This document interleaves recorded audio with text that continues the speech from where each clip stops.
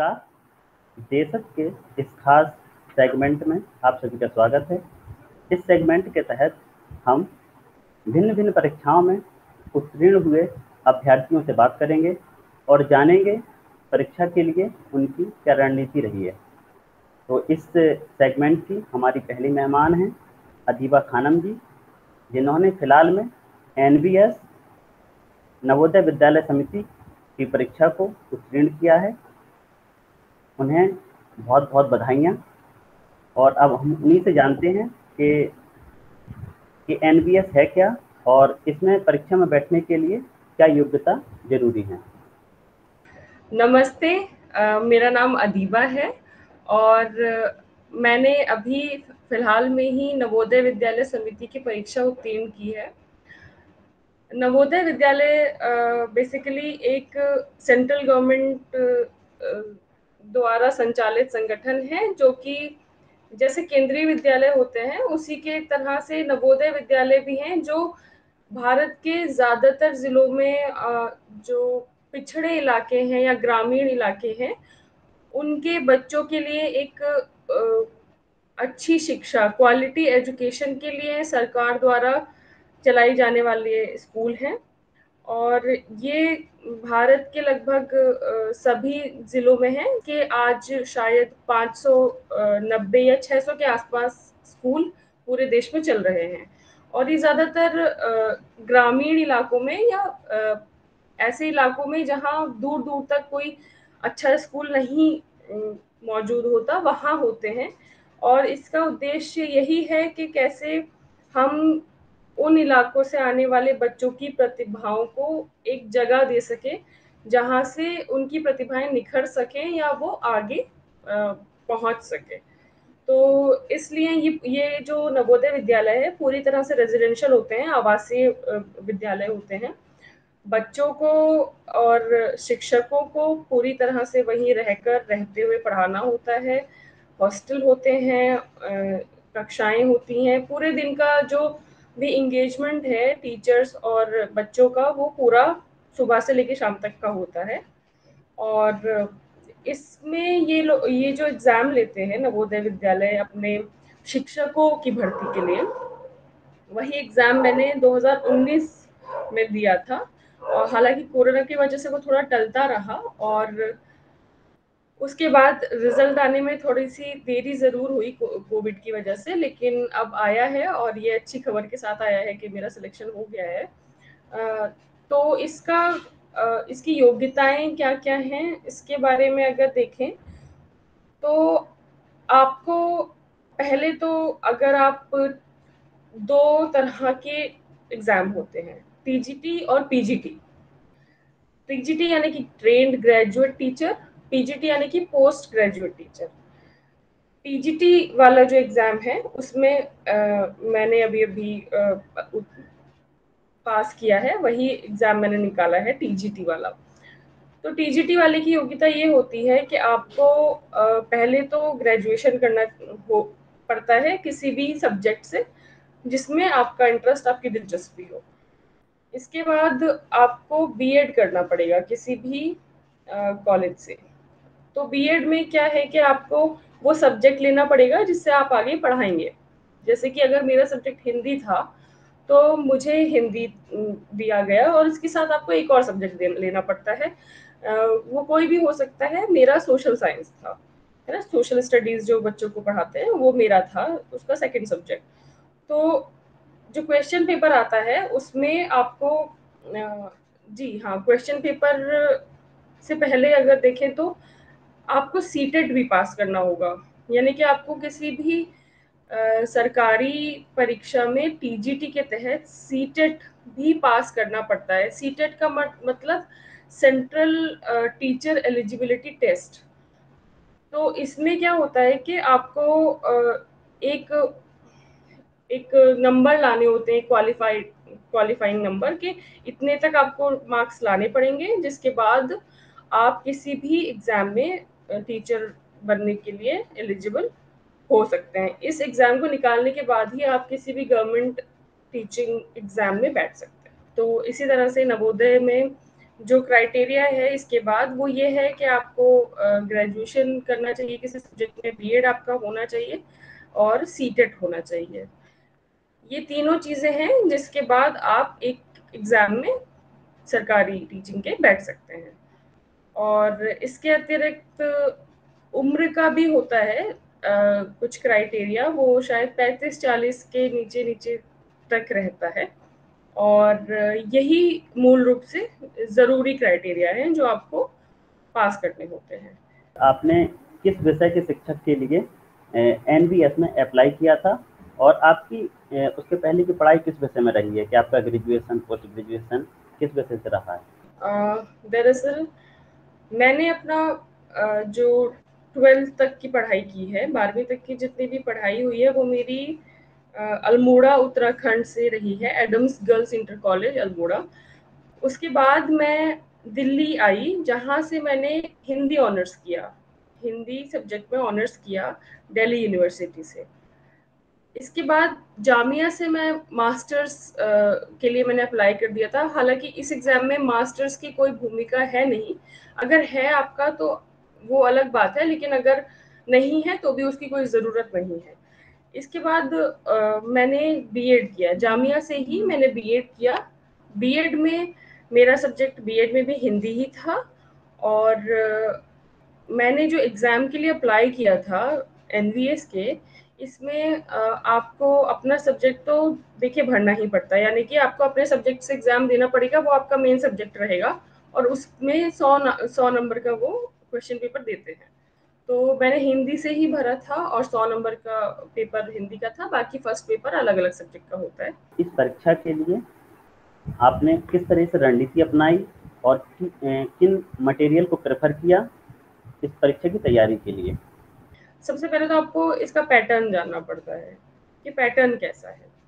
Pattern के बाद आपको अपनी तैयारी शुरू करनी पड़ती है। पैटर्न ये है कि आपको अपना सब्जेक्ट जो है हिंदी, यानी कि जैसे मेरा सब्जेक्ट हिंदी है, किसी का सब्जेक्ट साइंस हो सकता है, किसी का अंग्रेजी हो सकता है, तो मेरा हिंदी था। तो उसमें आपको देखना होगा कि हिंदी और एक पेपर जनरल होता है, इन दो भागों में ये बटा होता है। तो हिंदी आपके, क्योंकि आपका मेन सब्जेक्ट है, तो इसमें आपके ज़्यादा से ज़्यादा सवाल आएंगे, यानी कि 100 लगभग पूरे सवाल 100 आपके हिंदी के आते हैं। इसके अलावा एक जनरल पेपर होता है जिसमें आपकी अलग अलग तरह से आपकी योग्यताओं को देखा जाता है। उसमें भी आपके भाषा जो है, यानी कि हिंदी और अंग्रेजी, उसमें आपको ज़रूर से ज़रूर 33% मार्क्स लाने होते हैं। जो जनरल पेपर की मैं बात करूँ तो इसमें अगर शुरू से बात करें तो सबसे पहले आपको हिंदी भाषा, इंग्लिश भाषा और इसके अलावा एक रीजनल लैंग्वेज, यानी कि उन लोगों ने 19 भाषाओं की एक सूची दी होती है जो रीजनल लैंग्वेज के तहत आती हैं। क्योंकि मैं जहाँ रहती हूँ या मेरे आसपास की जो जगह है वहाँ हिंदी बोली जाती है, तो मेरे लिए रीजनल लैंग्वेज भी हिंदी ही हो जाती है। तो ये जो तीनों हैं, हिंदी, अंग्रेजी और रीजनल लैंग्वेज, इसके 15-15-15 मार्क्स होते हैं, यानी कि टोटल 45। इन तीनों में ही, यानी कि हिंदी में, अंग्रेजी में और रीजनल लैंग्वेज में आपको 33% मार्क्स लाने पड़ते हैं। ये आपके लिए ज़रूरी है। जब आप इसमें 33% मार्क्स ले आएंगे तभी आपका आगे का क्वेश्चन पेपर चेक किया जाएगा, वरना वो छोड़ दिया जाएगा, उसको उसका मूल्यांकन नहीं होगा। तो सबसे पहले ज़रूरी बात है कि आपकी हिंदी में पकड़, यानी कि हिंदी व्याकरण से लेके भाषा से लेके भाषा में अच्छी पकड़ होनी चाहिए। इसी की तरह से इंग्लिश में भी वो मूल रूप से व्याकरण ही देते हैं, उसमें आपकी थोड़ी पकड़ होनी चाहिए। और फिर आपकी जो भी रीजनल लैंग्वेज है, तो मेरी हिंदी ही थी रीजनल लैंग्वेज, तो इस तरह से मेरे तीनों में ही 33% मार्क्स बन रहे थे। इसके बाद ही वो आगे मूल्यांकन किया गया मेरे पेपर का। अब इसी के बाद जो जनरल पेपर है, इन तीनों भाषाओं के बाद उसमें एक आता है जनरल स्टडीज, है ना। जनरल स्टडीज यानी कि उसमें आपके ज्योग्राफी भी होगा, हिस्ट्री भी होगा, थोड़ा साइंस भी होगा। हालांकि वो 10 नंबर का ही आता है, तो उसमें थोड़ा बहुत रिसेंट की जितनी भी घटनाएं हैं उसके बारे में आएगा। और इसके अलावा आता है रीजनिंग एबिलिटी। रीजनिंग और न्यूमेरिकल एबिलिटी वो भी 10 नंबर का आता है। तो इस 10 नंबर में भी आपको रीजनिंग में क्या होता है कि आपको कैसे बेसिकली मैथ्स और थोड़ा सा आपको अपने दिमाग का खेल है पूरा कि कैसे आप जल्द से जल्द थोड़े से पेचीदा सवाल कर सकते हैं, यानी कि जिसमें ब्लड रिलेशनशिप आ गया, दूरी और समय आ गया, या ऐसे ही थोड़ा बहुत मैथ्स को लेके ये सब आते हैं। जी, और इसके बाद टीचिंग एप्टीट्यूड यानी कि शिक्षण योग्यता एक सब्जेक्ट होता है जो कि हमें बीएड में पढ़ाया जाता है। उस इसमें फर्स्ट पेपर में 15 नंबर का वो भी आता है। तो इस तरह से आपका जो जनरल पेपर है, यानी कि उसे फर्स्ट पेपर भी कहा जाता है, जनरल पेपर में आपका 10 मार्क्स का जीएस आता है, 10 मार्क्स का रीजनिंग एबिलिटी आता है और 15 मार्क्स का टीचिंग एप्टीट्यूड आता है। इसके अतिरिक्त हिंदी, इंग्लिश और रीजनल लैंग्वेज आती हैं। और इसके बाद जो सेकंड पेपर है वो आता है आपका अपने सब्जेक्ट का, यानी कि मेरा था हिंदी, तो वो पूरा 100 मार्क्स का आता है, 100 नंबर का। अब आपको पहले वाले जो हिंदी, अंग्रेजी और रीजनल लैंग्वेज है इसमें पास करके, यानी कि अगर आपका आपका 33% मार्क्स सब में आ गए हैं तो वो 45 नंबर हटा दिए जाते हैं, यानी कि वो टोटल में नहीं जोड़े जाते हैं। जोड़े क्या जाते हैं? जीएस, रीजनिंग और टीचिंग एप्टीट्यूड और आपका अपना 100 मार्क्स का अपना सब्जेक्ट, यानी कि 135 नंबर में से आपका टोटल होता है। तो इस तरह से ये तो पैटर्न हो गया। इसके बाद रणनीति की बात करें तो अब हमने पैटर्न देख लिया है। पैटर्न आपके पुराने सारे ही क्वेश्चन पेपर में आपको दिख जाएगा, और कई बार अगर वो पैटर्न चेंज करते हैं तो नोटिफिकेशन के साथ वो आपका पूरा सिलेबस दे देते हैं कि किस तरह से आपको आपके क्वेश्चन आने वाले हैं। तो आपको देखिए, अगर पैटर्न चेंज भी होता है तो सवाल तो लगभग उसी तरह के आएंगे, मतलब मैं ये नहीं कह रही हूँ कि सेम सवाल आएंगे, लेकिन सवालों का जो लेवल होता है, जो तरीका होता है, उन्हें चुनने का जो भी क्राइटेरिया होता है वो लगभग समान रहता है पहले पेपरों में और अब में, अगर एक लंबा समय ना बीता हो तो इस तरह से आपको पहले तो सबसे पहले पुराने पेपरों को देखना पड़ेगा। और इसके अलावा आज के टाइम पे अगर बात करें, सोशल मीडिया के दौर में जब आपके पास यूट्यूब चैनल है इतने सारे, पढ़ने के इतने सारे ज़रिए हैं, यानी कि बहुत सारे लोग अलग-अलग चैनल खोल के अलग-अलग सब्जेक्ट के बारे में पढ़ा रहे हैं। जैसे बड़े-बड़े ऐप्स हैं, ग्रेडअप है और टीचर्स अड्डा या अड्डा 24 करके एक वेबसाइट है। ये सारी चीज़ें जो हैं वो आपको एक अच्छा मटेरियल प्रोवाइड करा रही हैं। तो अगर आप लगातार इनसे जुड़े रहते हैं और इनसे भी आप मतलब लगातार पढ़ते रहते हैं, जैसे कि मैं देखूँ तो अंग्रेजी मैंने यहाँ से थोड़ी देखी थी, या टीचिंग एप्टीट्यूड के बारे में मैंने थोड़ा पढ़ा था यूट्यूब चैनल से ही। तो ये भी एक अच्छा तरीका हो सकता है आपका, अच्छी रणनीति हो सकती है। मतलब आप सब तरफ देख कर चलेंगे, आपको सिर्फ किताबों में ही नहीं देखना, क्योंकि किताबें कई बार क्या होती हैं, थोड़ी पुरानी हो जाती हैं या अपडेटेड नहीं रहती हैं। तो उसके बाद फिर आपको जब जीएस वगैरह पढ़ना है या करंट अफेयर्स पढ़ना है तो आपको हालांकि न्यूज़पेपर और न्यूज़ वगैरह देखते रहने पड़ेंगी। स्पोर्ट्स वगैरह के बारे में भी आता है कि अभी किसने ये खिताब जीता है, किसने ये ट्रॉफी जीती है, तो ये सब आपको लगातार देखना पड़ेगा। पर्टिकुलरली हिंदी सब्जेक्ट की बात करें तो आपको जैसे कि मैंने बताया कि गोविंद पांडे, सरस्वती पांडे की किताब आती है हिंदी साहित्य के वस्तुनिष्ठ इतिहास। इसमें क्या है कि आपको पूरी तरह से वस्तुनिष्ठ क्वेश्चन आंसर दिए गए, यानी कि उसमें किसी भी तरह की आगे कोई बात नहीं है, कोई मतलब सब्जेक्टिव क्वेश्चन आंसर नहीं है, बल्कि point to point question answer दे दिए गए हैं, आपको बस उसको याद कर लेना है। एक तो ये है तरीका। दूसरा मैंने आपको ये बताया कि क्योंकि इतनी आसानी से सिर्फ रट के हमें हमारे दिमाग में चीज़ें नहीं बैठती हैं, तो इसके बाद आपको क्या है कि मैंने बताया कि आपको आसपास की चीज़ों से अवेयर रहना पड़ेगा कि अभी फ़िलहाल क्या चल रहा है। इसके अलावा आप कुछ ऐसी किताबें भी देख सकते हैं जिसमें इन सभी कालों के बारे में, यानी कि हिंदी साहित्य के इतिहास के बारे में अच्छे से दिया गया है। यानी कि रामचंद्र शुक्ल जी का इतिहास, हिंदी साहित्य का इतिहास है जो, वो देखें तो उसमें प्रवृत्तियां, और मतलब माना जाता है कि वो सबसे पहला वैज्ञानिक इतिहास लिखा है रामचंद्र शुक्ल जी ने। तो अब आप ये देखिए कि मैंने जहाँ तक मेरा एक्सपीरियंस रहा है, उस किताब से काफ़ी आता है। मतलब जितने भी चीज़ें उस किताब में हैं, या शुक्ल जी ने जितनी भी बातें किसी भी कवि के लिए, किसी भी लेखक के लिए कही हैं, वो कई बार उठा के सीधे कथन दे दिया जाता है कि ये कथन किसने किसके लिए कहा है, ये कथन किस आलोचक का है। रामचंद्र शुक्ल के इतिहास को और उनको बहुत ज़्यादा महत्व दिया जाता है अभी तक भी, अभी तक की सारी परीक्षाओं में। हालांकि वो काफ़ी पुराना इतिहास है, 1929 में आया था, तो वो काफ़ी पुराना होने के बावजूद भी आज तक उसको काफ़ी महत्व दिया जाता है। उस किताब को पढ़ने से आपको काफ़ी फायदा होगा, ये मैं ज़रूर कह सकती हूँ। और उस किताब में जैसे आदिकाल, भक्तिकाल, रीतिकाल, सारी प्रवृत्तियाँ, और अ, हर चीज़, मतलब हर कवि, प्रवृत्तियाँ, लेखक किस तरह की भाषा थी, सबके साथ दिया है।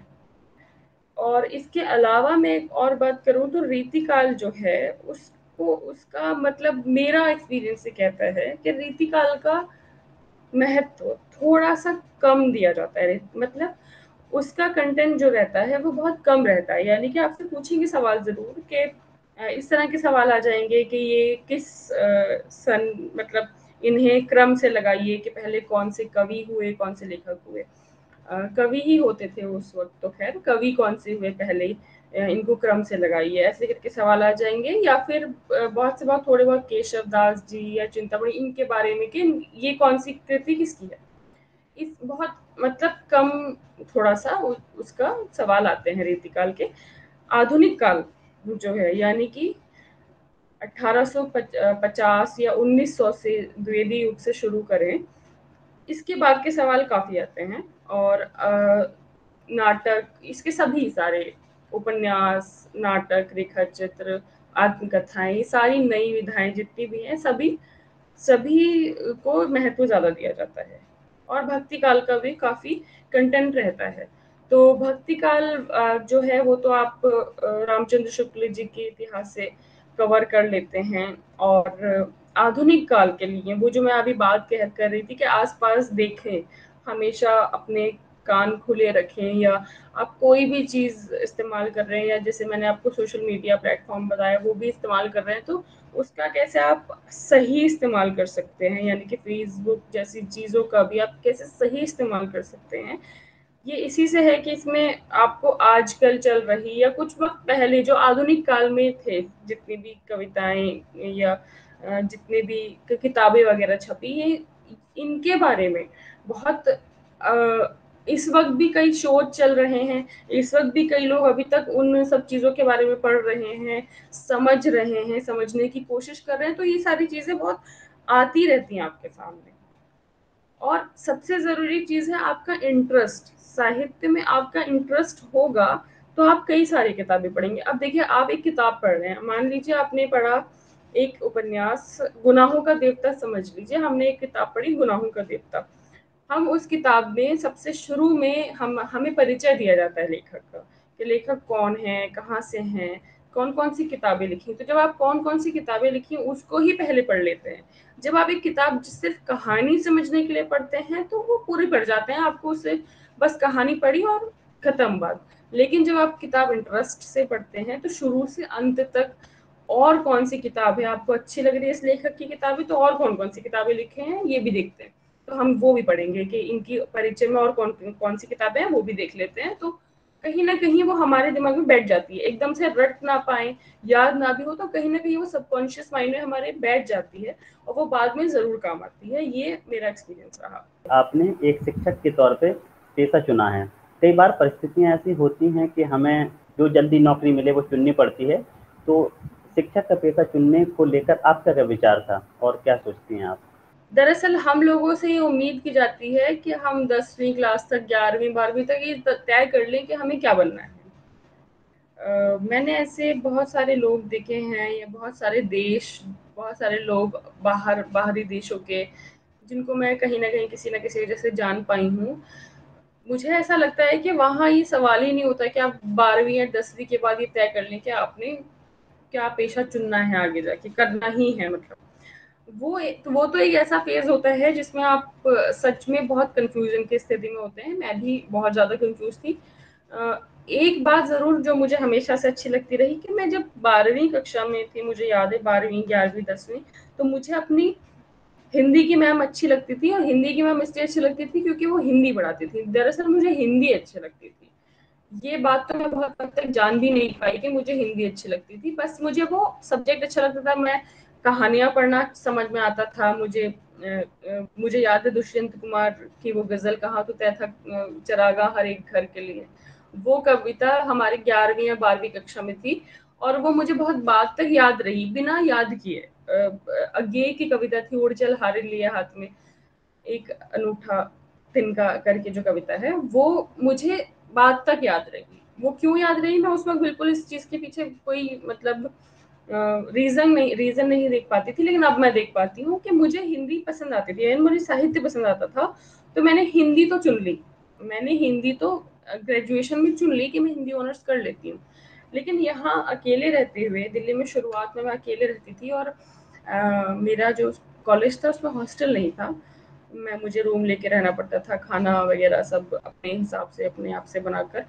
तो मुझे बड़ा अकेलापन, या वो होता है ना घर वालों से दूर होके आप शुरू-शुरू में आ रहे हो, तो मुझे ऐसा लगता था कि क्यों, मतलब क्या हुआ, क्यों आ गई? फिर मुझे लगा नहीं, नहीं, इतना घर वालों से ज़िद करके आई हूँ तो करूँगी।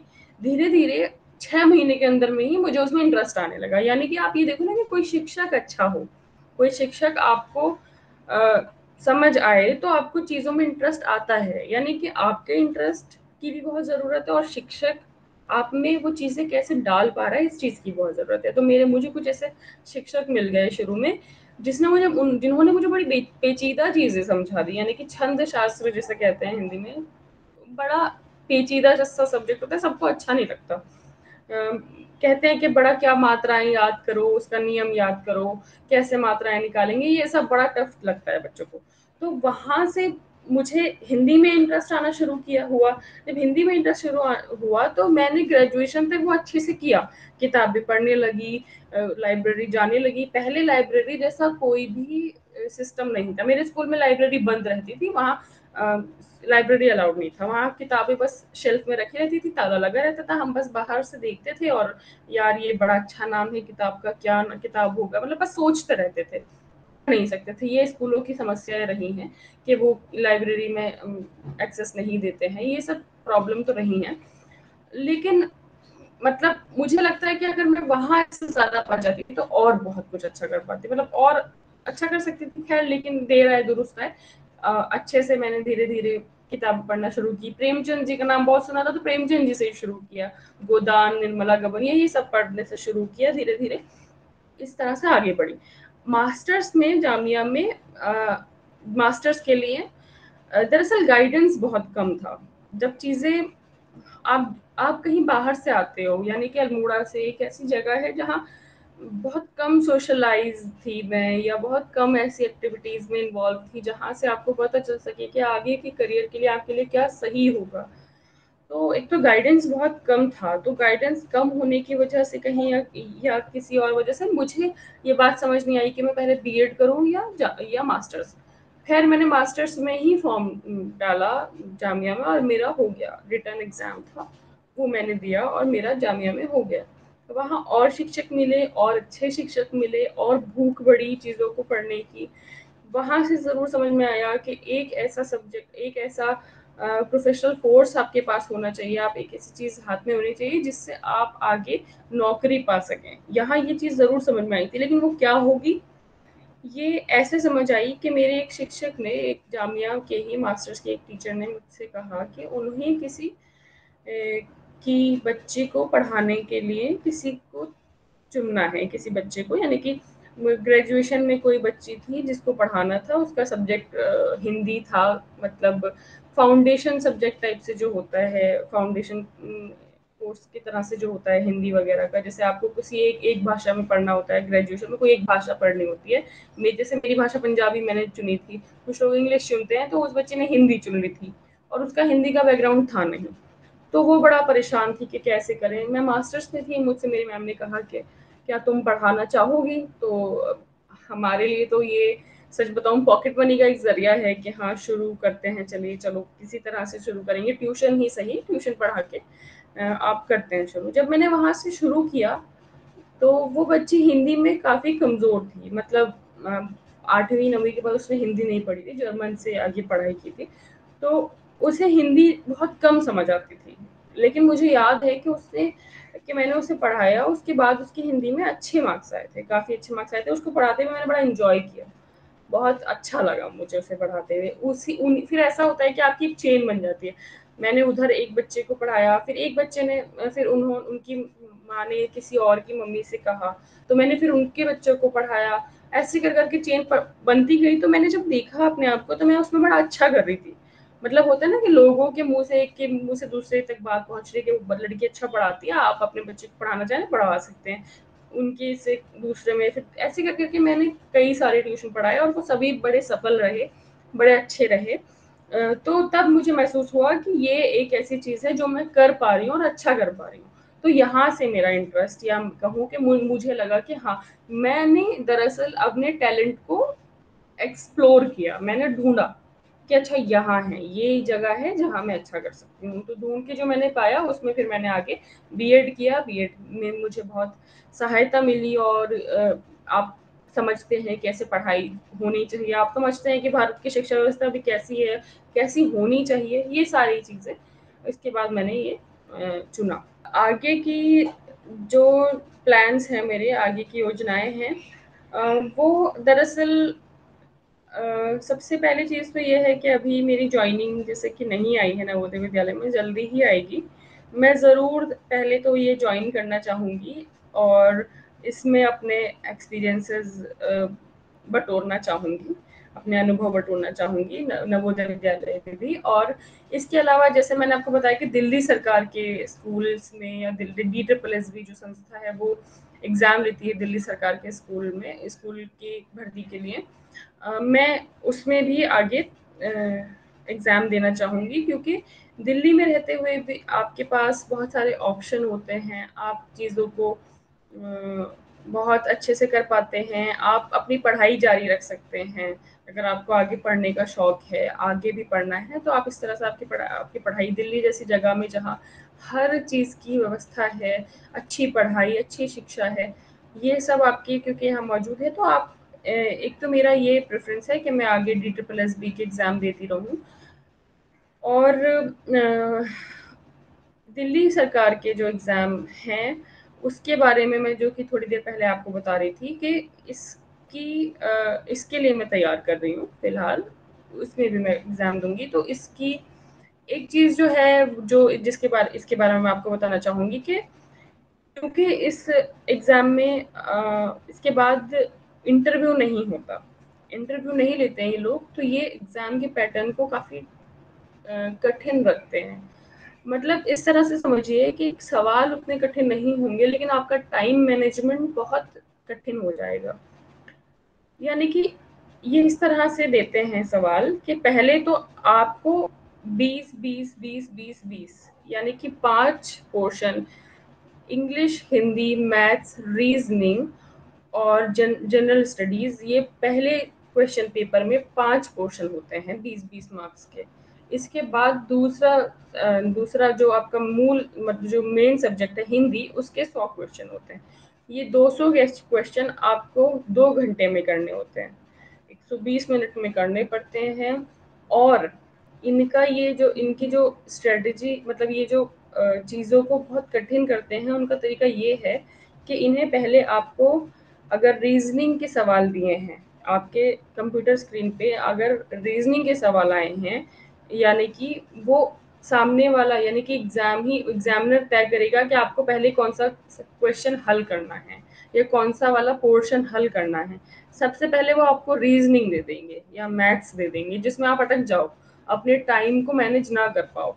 तो इसको बहुत सोच समझ के करना पड़ेगा, यानी कि आपको देखना पड़ेगा कि ज़्यादा वक्त इधर ना बर्बाद करें। कोई चीज़ आ रही है तो ठीक है, नहीं आ रही है तो आगे बढ़ना भी ज़रूरी है। नेगेटिव मार्किंग है तो आपको जो नहीं आ रहा है उस पे भी टिक नहीं करना है, बल्कि केवल जो आ रहा है उस पे टिक करके आप आगे बढ़ें और ज़्यादा टाइम ना अपना वेस्ट करें। और इसके अलावा ये लोग क्या करते हैं कि जो सब्जेक्ट जो जो पोर्शन इन्होंने दे दिया, अगर इन्होंने रीजनिंग कर दिया, मैथ्स कर दिया, तो आपको वो करके उसको पूरी तरह से देख के कि ये मतलब इसको सुधारने की दोबारा ज़रूरत तो नहीं पड़ेगी, ये सब ठीक है ना, तब आपको सबमिट कर देना पड़ेगा। यानी कि 20 सवाल, हर 20 सवाल आपको सबमिट करके तभी आगे बढ़ना है। यानी कि आप दोबारा उस पर नहीं आ सकते। जब आप दोबारा उस पर नहीं आ सकते तो आप उसको बहुत बार बार देखना चाहते हैं कि हमने सब ठीक तो किया है, और ये बार बार देखने में आपका थोड़ा सा टाइम जाता है, ये ध्यान रखना है। अगर आप बार बार देखते रहेंगे, शंका में रहेंगे कि अरे हमें दोबारा देखने का टाइम नहीं मिलेगा, देख लेते हैं अभी एक बार और, तो टाइम जा सकता है। इसलिए ये गलती ना करें। इसके अलावा मुझे ऐसा लगा, मैंने DSSB के कुछ एग्जाम दिए हैं, मुझे ऐसा लगा कि इसका सॉफ्टवेयर जिसमें ये बनाते हैं जो भी, थोड़ा सा स्लो काम करता है। यानी कि मैंने जब नवोदय या और सरकारों के एग्जाम दिए हैं, तो उसमें ऐसा लगता है कि अगर आपने क्वेश्चन पे क्लिक किया तो वो फौरन सबमिट हो जाएगा क्वेश्चन। लेकिन इस पे क्या होता है कि आप क्लिक करेंगे तो ये लगभग आधा से 1 सेकंड ले लेगा क्लिक होने में, 1 सेकंड ले ही लेगा क्लिक होने में। मतलब थोड़ा सा ये बहुत, मतलब छोटी छोटी बातें जो मैंने महसूस की एग्जाम देते हैं, बहुत छोटी बातें हैं लेकिन बहुत बड़ी साबित हो सकती हैं आपकी टाइम मैनेजमेंट में। ये बहुत ज़रूरी है कि आपको ये भी समझ में आना चाहिए कि इसका सॉफ्टवेयर कैसे काम कर रहा है। और ऑनलाइन वाली बात कि सॉफ्टवेयर आपको ये समझना पड़ेगा कि ये सारी चीज़ें काम कैसे कर रही हैं, वरना आपका 1 सेकंड, एक क्वेश्चन में एक सेकंड लग रहा है सबमिट होने में, तो 200 क्वेश्चन में 200 सेकंड, यानी कि बहुत टाइम। तो ये सब चीज़ें बहुत मैनेज करके चल रही हैं और बहुत ज़रूरी है ये। तो DSSB के बारे में तो ये था। और मैंने अभी दिल्ली के अलावा किसी राज्य का, ऐसे दिल्ली या सेंट्रल गवर्नमेंट के किसी भी स्कूल के अलावा किसी राज्य को लेके अभी तक मैंने नहीं अप्लाई किया है, क्योंकि यूपी या उत्तराखंड में हमेशा से करना चाहती ज़रूर हूँ, लेकिन उनके जो एलिजिबिलिटी क्राइटेरिया हैं वो अलग होते हैं। उनके एलिजिबिलिटी क्राइटेरिया ये होते हैं कि आपको वहाँ का, आपके पास रेजिडेंशियल सर्टिफिकेट होना चाहिए, जो कि मेरे पास उत्तराखंड का है, यूपी का है नहीं। इसके अलावा उत्तराखंड और यूपी दोनों में एक चीज़ मांगते हैं, वो है संस्कृत। अगर आपको ग्रेजुएशन लेवल पर, यानी कि आपको PGT लेवल पे आपको एग्जाम देना है, तो आपके पास 12वीं तक संस्कृत होना चाहिए, और आपको PGT लेवल पे अगर एग्जाम देना है तो आपके पास ग्रेजुएशन लेवल तक संस्कृत होनी चाहिए। संस्कृत मैंने ग्रेजुएशन लेवल तक तो नहीं पढ़ी है, 12वीं लेवल तक पढ़ी है, लेकिन वो अनिवार्य संस्कृत के रूप में हमारे हिंदी के साथ ही आती थी, यानी कि किताब के पीछे ही अनिवार्य संस्कृत के तरह से वो हमें पढ़ाई जाती थी, उसको मान्यता अलग से नहीं दी जाती है। तो इसलिए वो मैं योग्यता उधर पूरी तरह से पास नहीं करती हूँ ये वाली, तो इसलिए मैं वो वहाँ एग्ज़ाम नहीं दे सकती। बाकी मैंने आपको बता ही दिया कि DSSB वगैरह में मैं आगे ज़रूर करना चाहूँगी। इसके अतिरिक्त PhD का भी आगे सोचा है, या मैं वही है कि इतना सारा चीज़ें चलती रहती हैं ज़िंदगी में कि कभी कुछ करने का सोचते रहते हैं। तो एक चीज़ है जो मैंने अभी पिछले दिनों नोटिस की है कि दिल्ली सरकार अपने स्कूलों के लिए बहुत अच्छा काम कर रही है। दिल्ली सरकार अपने स्कूलों के लिए बहुत अच्छा काम कर रही है, और इसमें मैं भी अगर कोई भी मतलब योगदान दे पाऊँ तो मुझे बहुत खुशी होगी। तो इसके लिए मैंने चाहा अभी कि शायद मैं आगे एमएड करूँ, क्योंकि एजुकेशन का ही एक और डिग्री लेकर अगर मैं आगे बढ़ूँगी तो शायद इसी फील्ड में और कुछ करने का मेरे पास ज़्यादा मतलब स्पेस होगा। तो इसलिए मैं आगे एमएड करना चाहूँगी, इसीलिए मैं आगे दिल्ली में भी रहना चाहती हूँ। बहुत शुक्रिया दीपा जी, आपने बेहतर से हमारे दर्शकों और उन विद्यार्थियों के लिए चीज़ों को बहुत साफ़गोई से बताया कि वो समझ सकें। जो विद्यार्थी आगे इसके लिए तैयारी कर रहे हैं उनकी इससे बहुत मदद मिलेगी, और आपके आगामी शिक्षक के तौर पे पेशा या जो आप करें उसके लिए बहुत बहुत शुभकामनाएं। हमसे जुड़ने के लिए बहुत शुक्रिया, बहुत आभार। बहुत बहुत धन्यवाद नीलेश, और मुझे बहुत अच्छा लगा आज अपने अनुभव साझा करते हुए यहाँ पे। और मैं उम्मीद करूंगी कि ये सेगमेंट आगे ऐसे ही चलता रहे और सफल रहे। बहुत बहुत शुक्रिया। Thank you so much.